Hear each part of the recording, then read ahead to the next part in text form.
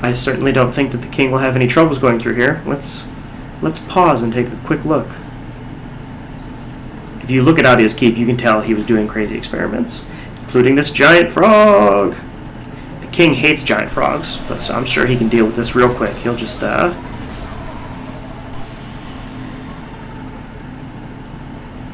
yeah, he did it. Yeah. Oh, he's power. He's so strong. He's so mighty.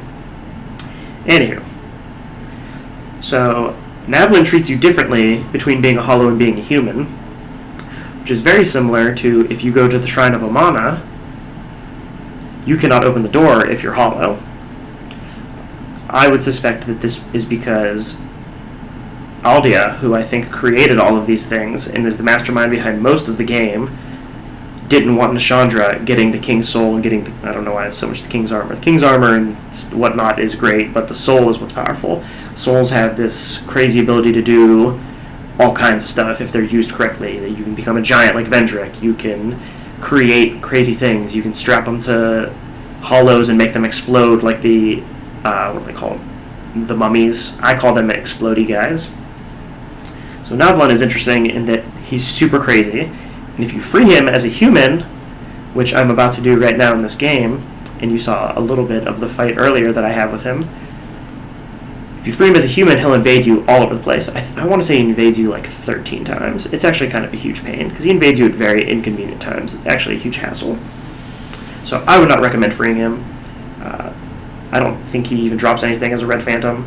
You can buy neat stuff off of him, so definitely buy it. I think I actually buy a couple of bonfire aesthetics before I engage him in battle. So,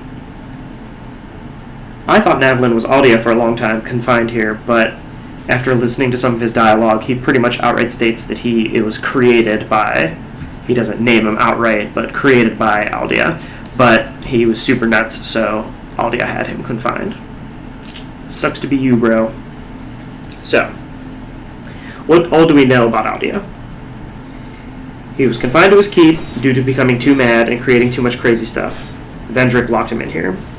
He was cursed and he was looking for a cure, and he seems to have lost some of his memories. Does this sound familiar yet?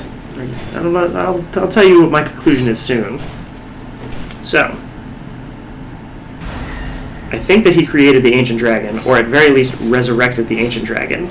I'm not sure if he went and found the Ancient Dragon and resurrected him, since you find his body down below in the Brightstone Cove. I suspect that he created all of the doors that block your way, that you need the King's Ring to access. And I also suspect that he made the door that blocks you from getting the King's Soul.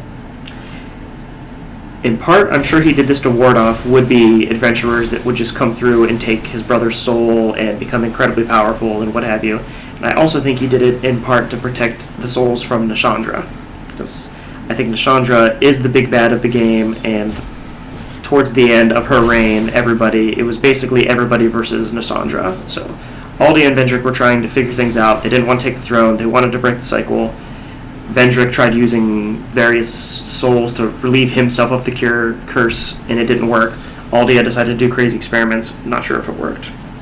So I would suspect that Aldia is actually the mastermind behind most of the game, including those doors, which to open those doors you needed the very powerful souls of the four main bosses you have to get, and the doors that you need the King's Ring to access, and the door that you need to be human and have already killed Vendrick to open, and I think he gave the Ashen Mist Heart to the Ancient Dragon to protect and keep in safety.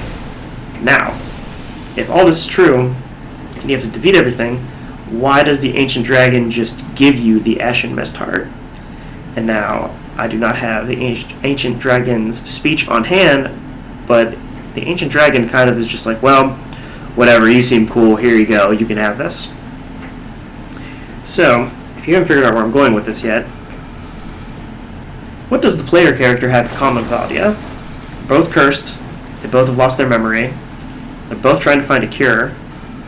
They haven't outright stated that Aldia had a wife or daughter, although one could presume that the Emerald Maiden is kind of a daughter to him. And when you find, as you just looked at in the video, that throne is awful human-looking, almost like the player character is supposed to sit there. Very odd. I think it's pretty conclusive that you are Aldia. You wandered off in search for a cure after going crazy. I don't think that Aldia, although he was confined to the keep, I don't think there's much keeping him there. He seems pretty powerful and doing what he wants. If Vendrick was powerful enough to take